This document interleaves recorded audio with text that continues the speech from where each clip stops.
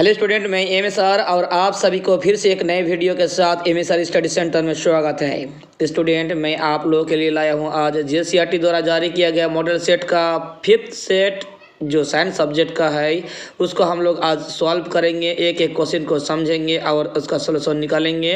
तो आइए लेट ना करते हुए वीडियो को स्टार्ट करते हैं। चलते हैं सेट 5 का पहला क्वेश्चन नंबर 1, प्रतिरोध का SI मात्रक लिखे। क्या यह चालक की लंबाई पर निर्भर करता है? इसके पहले ऐसा क्वेश्चन का आंसर हम लोग सॉल्व कर चुके हैं। तो प्रतिरोधकता का SI मात्रक ओम होता है और ये चालक की लंबाई पर निर्भर करता है। हम लोग जानते हैं चालक जितना लंबा होगा प्रतिरोध उतना ज़्यादा होगा और चालक की लंबाई जितना कम होगा वो उसका प्रतिरोध कम होगा। क्वेश्चन नंबर 2 में है कि घरेलू विद्युत परिपथों में स्रोत के साथ समांतर क्रम में विद्युत उपकरण को जोड़ने का 2 लाभ लिखिए। मतलब घरेलू परिपथ में विद्युत जो समांतर क्रम में जोड़ा जाता है उसका आपको 2 लाभ लिखना है कि क्यों जोड़ा जाता है। तो इस प्रकार हम लोग आंसर लिखेंगे कि घरेलू विद्युत परिपथ में स्रोत के साथ समांतर क्रम में विद्युत उपकरणों को जोड़ने का 2 लाभ। नंबर 1, समांतर क्रम में संयोजित विद्युत उपकरण में से कोई उपकरण फ्यूज हो जाने पर अन्य उपकरणों का कार्य इससे बाधित नहीं होता है। मतलब अगर विद्युत परिपथ में किसी भी प्रकार का किसी भी जगह समस्या उत्पन्न होती है तो उसके लिए दूसरे जो उपकरण है उस पर प्रभाव नहीं पड़ता है समांतर क्रम में संयोजित करने पर।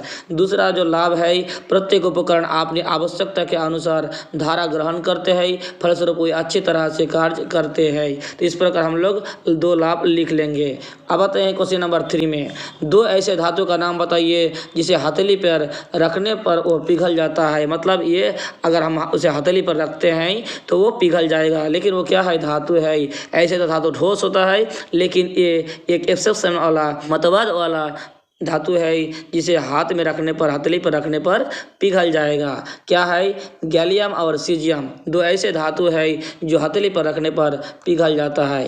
अब नेक्स्ट क्वेश्चन नंबर 4 में आ जाता है कि निम्नलिखित में से कौन से यौगिक संकरण अभिक्रिया दर्शाते हैं। देखिए यहाँ C2H6 दिया है, C3H8 दिया है, C3H6 और C2H2 दिया है। तो इसमें आपको एल्केन को छांट के बाकी लिख देना है। जैसे यहाँ C3H6 ये एल्कीन है और C2H2 ये एल्काइन ग्रुप में आता है।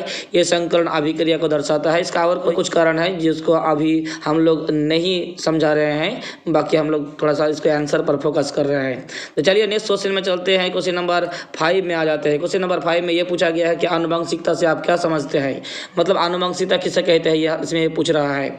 इस प्रकार आंसर लिख लेंगे कि लैंगिक जनन प्रक्रिया में माता पिता के गुणों का अपने संतान तक पहुंचाना आनुवंशिकता कहलाता है। कहने का मतलब यह है कि माता पिता का जो गुण है उसमें उसका गुण संतान संतति में ट्रांसफर होता है, स्थानांतरण होता है, उसे हम क्या कहेंगे, आनुवंशिकता कहेंगे। जीव विज्ञान में आनुवंशिकता का अध्ययन को जेनेटिक्स के अंतर्गत किया जाता है, यानी जेनेटिक्स कहा जाता है, जो आनुवंशिकता का अध्ययन जिसमें किया जाता है। क्वेश्चन नंबर 6 में आ जाते हैं कि ओजोन परत की क्षति के लिए कौन रासायनिक पदार्थ उत्तरदायी है। कौन सा रासायनिक पदार्थ है जो क्या करता है, ओजोन परत जो होता है हमारे जो पराबैंगनी किरण को सोख कर हमें बचाता है, पर्यावरण को बचाता है। तो उसमें उसको ओजोन परत को क्षति के लिए कौन सा रासायनिक पदार्थ उत्तरदायी है। तो ओजोन परत की क्षति के लिए क्लोरोफ्लोरोकार्बन जिसे CFC कार्बन कहा जाता है वो उत्तरदायी है, रिस्पॉन्सिबल है। अब आते थे क्वेश्चन नंबर 7 में कि उपार्जित लक्षण किसे कहते हैं। उपार्जित लक्षण हम लोग जानते हैं, लक्षण जो होता है 2 प्रकार का होता है। एक होता है उपार्जित लक्षण और दूसरा होता है वंशानुगत लक्षण। वंशानुगत लक्षण मतलब माता पिता से आने वाला संतान संतति में लक्षण को हम लोग क्या कहेंगे, वंशानुगत लक्षण कहेंगे। लेकिन यहाँ क्या कहा गया है, उपार्जित लक्षण। तो चलिए उपार्जित लक्षण किसे कहते हैं, हम लोग इसका परिभाषा को जान लेते हैं। जीवों द्वारा वातावरण से अनुकूल हेतु जिन लक्षणों को प्राप्त किया जाता है उसे उपार्जित लक्षण कहते हैं। उदाहरण, अधिक कल कारखानों वाले क्षेत्रों में तितलियों का काला हो जाना, ये क्या है, ये आनुवंशिक गुण नहीं है, ये आनुवंशिक लक्षण नहीं है, उपार्जित लक्षण है। तो इस प्रकार के लक्षण को हम लोग क्या कहेंगे, उपार्जित लक्षण कहेंगे। इस प्रकार आज के इस वीडियो में हम लोग 1 से लेकर 7 तक जो सेक्शन A का था हम लोग सॉल्व किए।